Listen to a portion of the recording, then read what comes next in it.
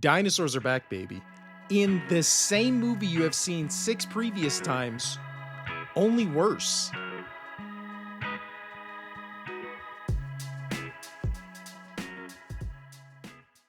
It is I, the genetically engineered monster.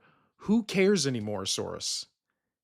Here today to talk about the newest Jurassic Park slash World movie, Jurassic World Rebirth, which takes place 5 years after the last Jurassic World movie, that starts with a flashback from 17 years ago, that then has a text on screen saying 30 years ago something happened, all within the first 5 minutes of the movie.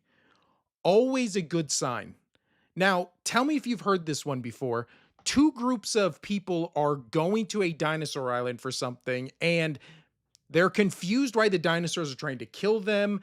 And the movie asks the same question, answered in the first Jurassic Park, which is, should dinosaurs have been brought back to life? No. They answer that halfway through the first Jurassic Park movie. Stop asking that question in these movies. The answer is no. Jurassic World Rebirth takes place 5 years after the last one, and Scarlett Johansson and her ragtag group of hired guns have to escort a dinosaur expert and rich pharmaceutical guy to an island filled with only the biggest, baddest dinosaurs to extract things from them for heart disease. That's right, the silent killer. This movie also stars and completely wastes Mahershala Ali, along with also starring Jonathan Bailey, Robert Friend, and Manuel Garcia Rulfo. This film is written by Michael Crichton and David Kemp and directed by Gareth Edwards. Dear Lord.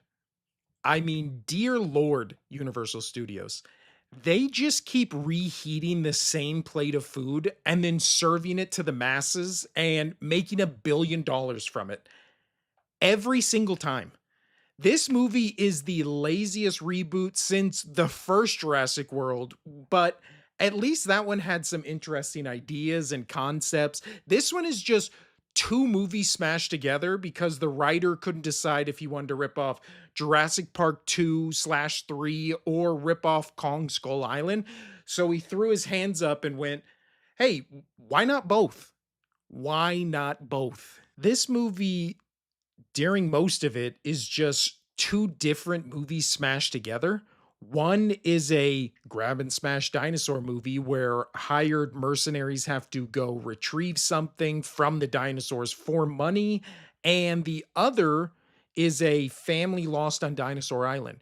Both are interesting separately. And I wish the movie would have focused on one group of people and one storyline and just go from there. But mashing them together, especially the way they did in the movie, didn't work at all for me. Especially, it also made the movie just feel disjointed and like it didn't know who to focus the story on. So it just decided we're going to barely focus on anyone. Like most people, I think the first Jurassic Park is a perfect movie, right? The setup, the idea, the payoff, the moral questions it asks are all really interesting. And then it made so much freaking money that the studio said, we have to make sequels to these. I gotta figure out how to make money on this thing. It's simply too good. And then apparently everyone just ran out of ideas after the second one, right? It's an island, then the dinosaurs are in the city, and that's it. That's all we got. Rinse and repeat, reheat, reserve, $1 billion. So for this one, we have Scarlett Johansson doing her best impression of someone trying to act while sleepwalking through the entire movie. She says every line in this movie with somehow negative emotion. Her character is a mercenary who specializes in extraction and has something to do with dinosaurs or nothing to do with dinosaurs. I don't know. It's not important, like at all. For a movie about all these tough badasses being hired to take a museum guy and a pharmaceutical asshole to a dinosaur island, for them to extract dinosaur DNA from the biggest dinosaurs on the planet, and being literally the hired guns to protect them, this group of badass mercenaries seem pretty ill equipped to handle literally every single threat or dinosaur they ever come in contact with. But it also might be because, I don't know, the museum dino expert, played by Jonathan Bailey, makes a passion plea to not hurt any of the dinosaurs. Until, of course, the dinosaurs are trying to kill them at the end, and then Scarlett Johansson unloads an entire clip into a genetically engineered bird dinosaur because who cares? These dinosaurs aren't real. They are genetically engineered freaks. Except for the scene 20 minutes before that, where the main characters are basking in the beauty of other genetically engineered dinosaurs as the John Williams score blares over the speakers. Those ones are fine because they're majestic. This bird is trying to eat us, so let's shoot 20 bullets into its head.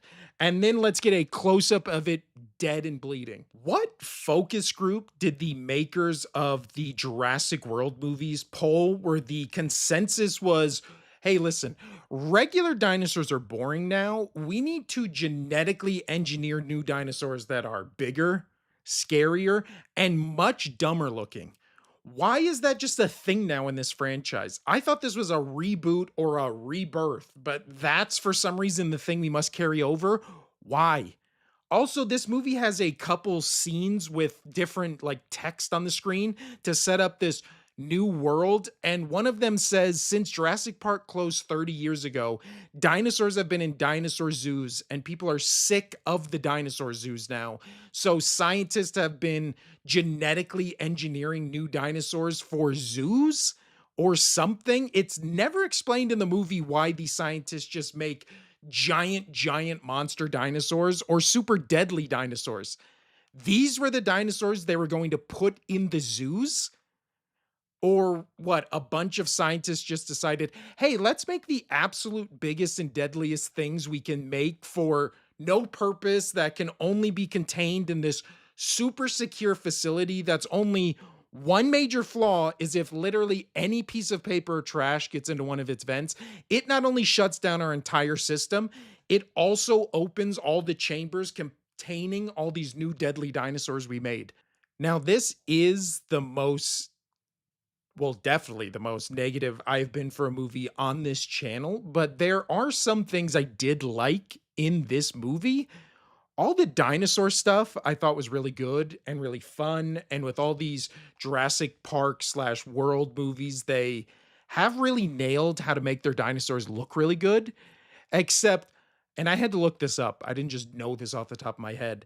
The numbers vary, but there are estimates of hundreds of different dinosaur species that existed. And I feel like in all these movies, we get the handful of the same kind of dinosaurs. And then they just, for some reason, started making new dinosaurs up that just, again, look dumb. Like the final boss dinosaur of this movie isn't cool looking or memorable. It's just big. And based on the dating preferences of most dating apps, bigger isn't better, except to me, obviously, because I like them thick. The pacing of the movie was really well paced, and I thought the cinematography made the movie feel very real, very lived in, and some of the shots of this movie are really jaw dropping and beautiful. But that's it. That's the things I liked about this movie: dinosaurs, pacing, and some of the shots. The characters all felt dumb or just one note. No clever deaths whatsoever, no interesting deaths, outside of the opening Jaws-esque sea hunt for a sea dinosaur and a fun T-Rex cameo. Nothing memorable took place in this movie. The ending is maybe the most visually uninteresting and least exciting part of the movie, which causes the film to just kind of end on a dud. Other little things for people who have seen the movie: why does the captain not stop his boat? I thought he was just trying to get to shallow water, which he does, but then why does he just crash his boat? There's nothing stopping him from slowing it down. Also, why do people start jumping off the boat when the whole reason they are going to shallow water is because they are being chased by a bunch of sea monsters trying to eat them? That has already eaten a couple of them. Why does the one annoying teen not die in a funny or hilarious way? Why is this father in a sailboat in a forbidden part of the world with monster dinosaurs in the water? Why did no one bring any weapons or at least something to fight against the dinosaurs with? I have so many more questions, but I'm just tired. I don't know what I expect from a franchise that has had 7 movies in it and one of them has been good, and everyone after that one just keeps getting slightly worse. I don't know. I'm gonna take a nap.